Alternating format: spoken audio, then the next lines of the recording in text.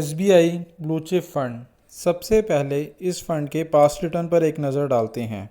इस फंड ने पिछले एक साल में 19% से ज़्यादा का रिटर्न दिया है, 2 सालों में 39% से ज़्यादा का रिटर्न दिया है, 3 सालों में 15% से ज़्यादा का रिटर्न दिया है और 5 सालों में 12% से ज़्यादा का रिटर्न दिया है। वहीं बात करें अगर इस फंड के कैटेगरी रिटर्न की, तो इसने एक साल में 20% से ज़्यादा का रिटर्न दिया है, 2 सालों में 36% से ज़्यादा का रिटर्न दिया है, 3 सालों में 14% से ज़्यादा का रिटर्न दिया है और 5 सालों में 12% से ज़्यादा का रिटर्न दिया है। तो आप देख सकते हैं कि इस फंड ने ज़्यादातर टाइम अपनी कैटेगरी को बीट किया है, तो इस लिहाज से यह एक अच्छा इन्वेस्टमेंट ऑप्शन हो सकता है। यह फ़ंड एक ओपन एंडेड कैटेगरी का फ़ंड है। ओपन एंडेड वह फ़ंड होते हैं जिसमें आप कभी भी इन्वेस्टमेंट कर सकते हैं और कभी भी विड्रॉ कर सकते हैं। इस फंड का बेंचमार्क BSE 100 है और इस फंड के ऊपर जो आपका एग्ज़िट लोड लगता है वह यदि आप एक साल से पहले विड्रॉ करते हैं तो 1% का एग्ज़िट लोड लगता है और अगर आप एक साल के बाद विड्रॉ करेंगे तो आपको किसी भी प्रकार का एग्ज़िट लोड नहीं देना होगा। वहीं बात करें इन्वेस्टमेंट की, तो SIP के केस में आप 500 रुपये से इन्वेस्टमेंट की शुरुआत कर सकते हैं और लमसम के केस में आप 5000 रुपये से इन्वेस्टमेंट की शुरुआत कर सकते हैं। यह फ़ंड 2006 में लॉन्च हुआ था और इस फंड का अभी तक का जो एसेट अंडर मैनेजमेंट है वह है 31,933 करोड़ रुपए का। वहीं अगर किसी व्यक्ति ने इस फंड के अंदर 1 लाख रुपए का इन्वेस्टमेंट किया होता तो आज उसकी वैल्यू 6,07,000 रुपये होती। वहीं बात करें इस फंड के एक्सपेंस रेशो की, तो इसका एक्सपेंस रेशो 1.88% का है। बात करें फ़ंड मैनेजर की, तो यह फ़ंड सोहिनी अडानिया के थ्रू मैनेज किया जाता है।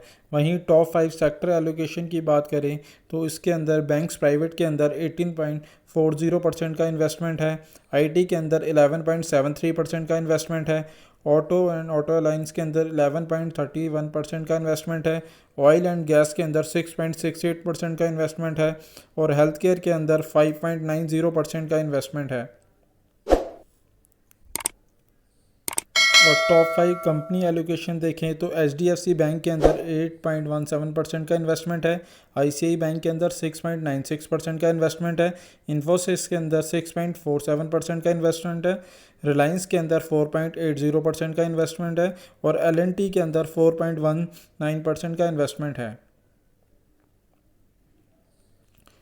बात करें ओवरऑल इन्वेस्टमेंट की, तो इस फंड के अंदर सबसे ज़्यादा लार्ज कैप के अंदर इन्वेस्टमेंट किया गया है क्योंकि यह एक लार्ज कैप कैटेगरी का फ़ंड है।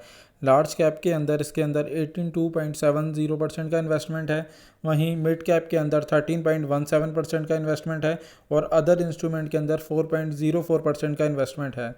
तो आप देख सकते हैं यह फ़ंड लार्ज कैप कैटेगरी के अंदर एक अच्छा ऑप्शन हो सकता है इन्वेस्टमेंट के लिए और ये सभी उन निवेशकों के सूटेबल रहेगा जिनका नज़रिया कम से कम 5 से 7 साल का हो, वो ही इस फंड में इन्वेस्टमेंट करें। पर इन्वेस्टमेंट से पहले एक बार आप अपने फाइनेंशियल एडवाइज़र से सलाह ज़रूर ले लें। साथ ही साथ एक्सिस ब्लू चिप फंड एक लार्ज कैप कैटेगरी का फ़ंड है। सबसे पहले इसके पास्ट रिटर्न पर नज़र डालते हैं। पिछले एक साल में 11% से ज़्यादा का रिटर्न दिया है, वहीं 2 सालों में 15% से ज़्यादा का रिटर्न दिया है, 3 सालों के अंदर 18% से ज़्यादा का रिटर्न दिया है और 5 सालों में 17% से ज़्यादा का रिटर्न दिया है। वहीं अगर इसके कैटेगरी वाइज फंड की बात करें तो इसने 13% से ज़्यादा का रिटर्न दिया है एक साल में, वहीं 2 सालों में 18% से ज़्यादा का रिटर्न दिया है, 3 सालों में 17% से ज़्यादा का रिटर्न दिया है और 5 सालों में 13% से ज़्यादा का रिटर्न दिया है। तो आप देख सकते हैं इस फंड ने पिछले 5 सालों में 4 बारी अपनी कैटेगरी को बीट करा है, तो इस लिहाज से यह एक अच्छा फ़ंड हो सकता है। वहीं अब बात करते हैं इसकी स्कीम डिटेल के बारे में। यह फ़ंड एक ओपन एंडेड का फ़ंड है। ओपन एंडेड वो फंड होते हैं जिसमें आप कभी भी इन्वेस्टमेंट कर सकते हैं और कभी भी आप विड्रॉ कर सकते हैं। इस फंड का बेंचमार्क S&P BSE 100 है। वहीं अगर एग्ज़िट लोड की बात करें तो इस फंड में अगर आप एक साल से पहले अपना अमाउंट 10% तक विड्रॉ करते हैं तो उसके ऊपर आपको कोई भी एग्ज़िट लोड नहीं लगेगा। वहीं 10% से ऊपर के अमाउंट पर आपको 1% का एग्ज़िट लोड लगेगा अगर आप एक साल से पहले विड्रॉ करते हैं। वहीं अगर आप एक साल के बाद विड्रॉ करेंगे तो उस पर आपको किसी भी तरीके का कोई चार्ज नहीं लगेगा। वहीं अब बात करते हैं इसमें इन्वेस्टमेंट की, तो एसआईपी के केस में आप 500 रुपये से आप इन्वेस्टमेंट की शुरुआत कर सकते हैं। वहीं लमसम के केस में आप 5,000 रुपये से इन्वेस्टमेंट की शुरुआत कर सकते हैं।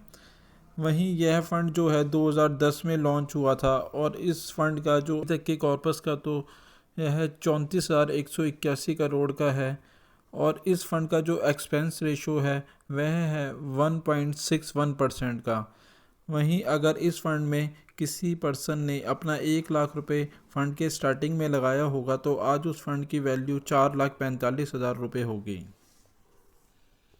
दो फंड मैनेजर के द्वारा मैनेज किया जाता है। पहले हैं श्रेष्ठ दिवाकर और वहीं दूसरे हैं हितेश दास। अब बात करते हैं इसके टॉप 5 सेक्टर एलोकेशन की।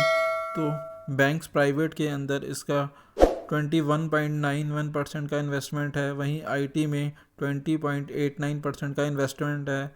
एनबीएफसी के अंदर 15.06% का इन्वेस्टमेंट है। रिटेल के अंदर 7.59% का इन्वेस्टमेंट है और हेल्थ केयर के अंदर 5.70% का इन्वेस्टमेंट है।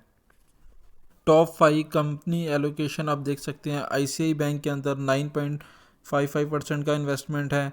इन्फोसिस के अंदर 9.30% का इन्वेस्टमेंट है। बजाज फाइनेंस में 9.02% का इन्वेस्टमेंट है। टाटा कंसल्टेंसी में 7.49% का इन्वेस्टमेंट है और एवेन्यू सुपरमार्ट के अंदर 7.32% का इन्वेस्टमेंट है।